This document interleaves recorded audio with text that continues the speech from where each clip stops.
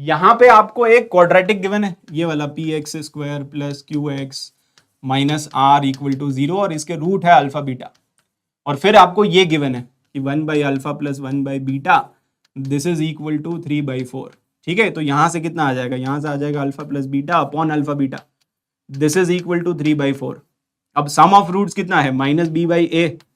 ठीक है, product of roots कितना आएगा, C by A minus R by P, and this is equal to 3/4। तो ये पी पी कैंसिल हो जाएगा, माइनस माइनस कैंसिल हो जाएगा, क्यू बाई आर इज 3/4। ये चमका कि नहीं। और आपको क्वेश्चन में क्या बोला है, आपको क्वेश्चन में बोला है कि पी क्यू आर जो है वो क्या है, P Q R are consecutive terms of non constant GP. P Q R GP में है, कॉन्जिक्यूटिव टर्म्स ऑफ जीपी है बेसिकली। नॉन कांस्टेंट मतलब आर का वैल्यू 1 नहीं होगा, नॉन कांस्टेंट मतलब सारे टर्म्स सेम नहीं होने चाहिए, मतलब कॉमन रेशियो 1 नहीं होना चाहिए। ठीक है, और कॉन्जिक्यूटिव तो basically P Q R GP में है। अगर पी क्यू आर जीपी में है तो ये मेरा कॉमन रेशियो आ गया। भाई कॉमन रेशियो होगा R by third term divided by second term आप कर सकते हो, या सेकेंड बाई फर्स्ट कर सकते हो।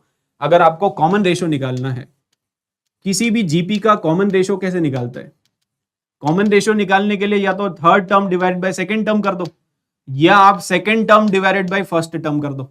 तो यहां पे आपके पास जो आ रहा है उसमें आपको रेसिप्रोकल करना पड़ेगा, आर बाई क्यू करना पड़ेगा। आर बाई क्यू का वैल्यू है 4/3, तो ये आपका कॉमन रेशियो आ गया।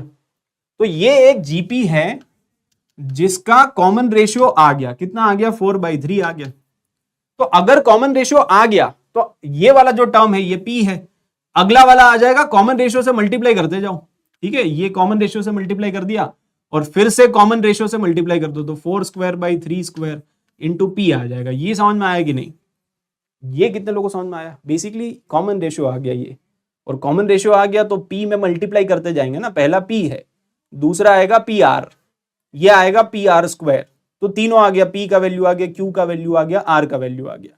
अगर पी क्यू आर तीनों का वैल्यू आ गया तो इसमें पुट कर दो, तो क्वाड्रेटिक आ जाएगा। देखो यहां पे वैल्यू सब्स्टिट्यूट कर दो, पी एक्स स्क्वायर, क्यू का वैल्यू क्या है, क्यू का वैल्यू है 4p/3, तो 4p/3 इंटू एक्स, समझ गए, माइनस आर, तो माइनस, और आर का वैल्यू ये है 16/9 और पी। ठीक है, तो यहां पे p से p कैंसिल हो जाएगा, तो पूरा क्वाड्रेटिक आ जाएगा, एक्स स्क्वायर। ठीक है, कितना आ जाएगा, ये क्वाड्रेटिक आ जाएगा ना, x square plus 4x/3 minus 16/9।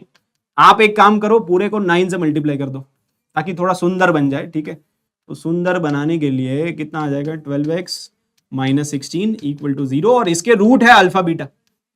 और अब आपको पूछा क्या है, they are asking this difference of roots, difference of roots का स्क्वायर। तो पहले आप अल्फा माइनस बीटा निकाल लो। अल्फा माइनस बीटा होता है रूट डी बाई मॉड ए। ठीक है, तो रूट डी ये आएगा -4ac।